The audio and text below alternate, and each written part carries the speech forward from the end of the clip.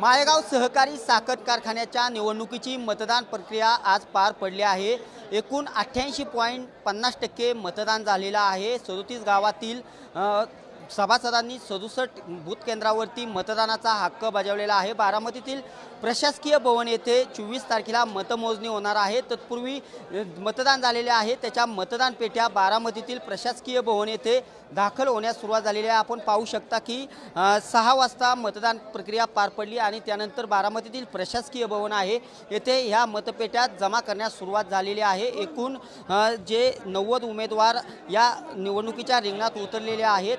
खऱ्या अर्थाने 21 जागांसाठी ही निवडणूक आहे आणि 24 तारखेला सकाळी 9 वाजता मतमोजणी सुरुवात होणार आहे।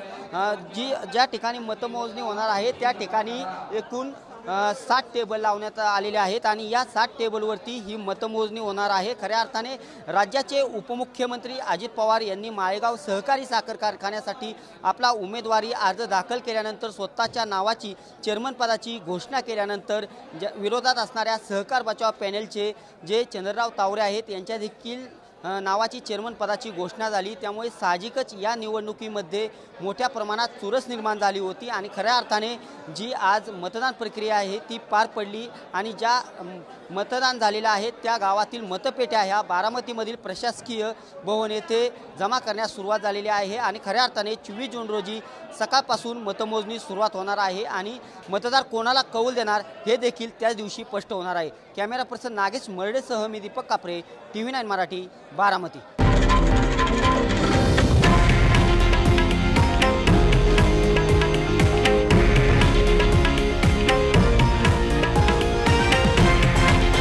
हे आहे देशातील नंबर 1 न्यूज नेटवर्क आणि आपण पाहत आहात TV9 मराठी, एकमेव।